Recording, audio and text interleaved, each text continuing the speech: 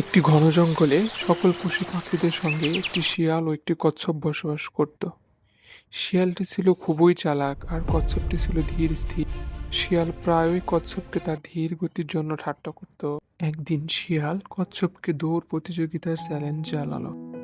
আরে কচ্ছপ, তুমি এত আস্তে হাঁটো যে আমার ঘুম পেয়ে যায়। কি সাহস আছে আমার সাথে দৌড় প্রতিযোগিতায় নামার?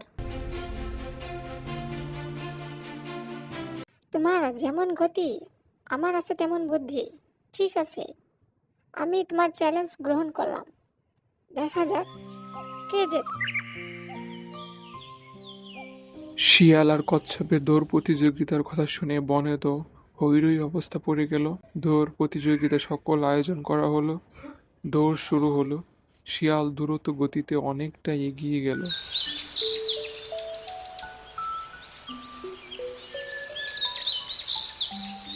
কচ্ছপ তার স্বভাব অনুযায়ী আস্তে আস্তে চলতে থাকলো।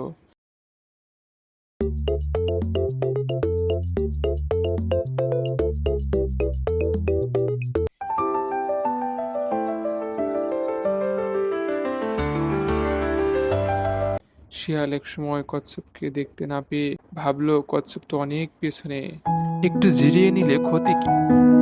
চলতে চলতে কচ্ছপের সাথে কুমিরের দেখা, পেঁচার দেখা, সবাই তাকে বাহবা জানাচ্ছে।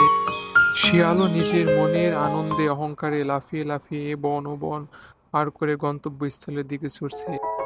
এদিকে কচ্ছপও হাল না ছেড়ে আস্তে আস্তে পিল পিল পিল পিল পায়ে এগিয়ে যাচ্ছে। আর বনের সকল পশু পাখি তাকে সাধুবাদ জানাচ্ছে, উৎসাহ দিচ্ছে। সেই উৎসাহতে আরো উজ্জীবিত হয়ে কচ্ছপ মনের আনন্দে গন্তব্যের দিকে আরো জোরে ছুটতে লাগলো।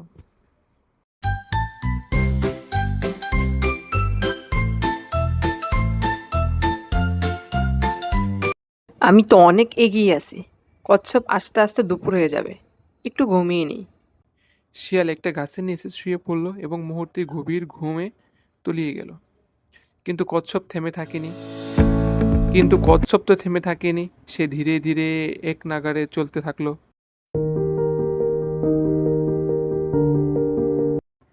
যখন সে প্রায় গন্তব্যের কাছাকাছি তখন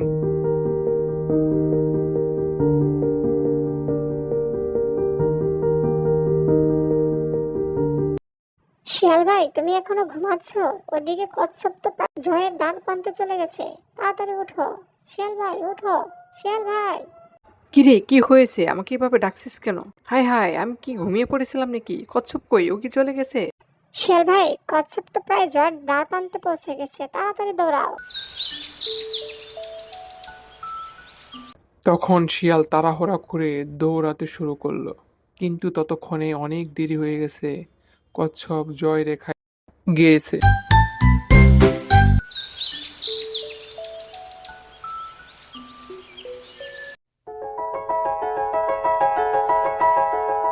পৌঁছে তো কচ্ছপ মহা খুশি, সবাই তাকে নিয়ে আনন্দ করছে।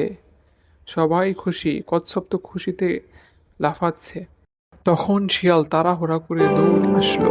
অবিশ্বাস্য, তুমি জিতে গেলে। হ্যাঁ বন্ধু, আমি ধীরে হলেও অবিচল ছিলাম। এখান থেকে আমরা কি শিখতে পারলাম ছোট্ট বন্ধুরা? তাড়াহুড়া না করে ধীর ও স্থির থাকলে এবং কোনো কাজে অবিচল থাকলে সাফল্য নিশ্চিত। অহংকার ভালো জিনিস না, তাই আমরা কখনো অহংকার করব না। অহংকার হচ্ছে পতনের মূল।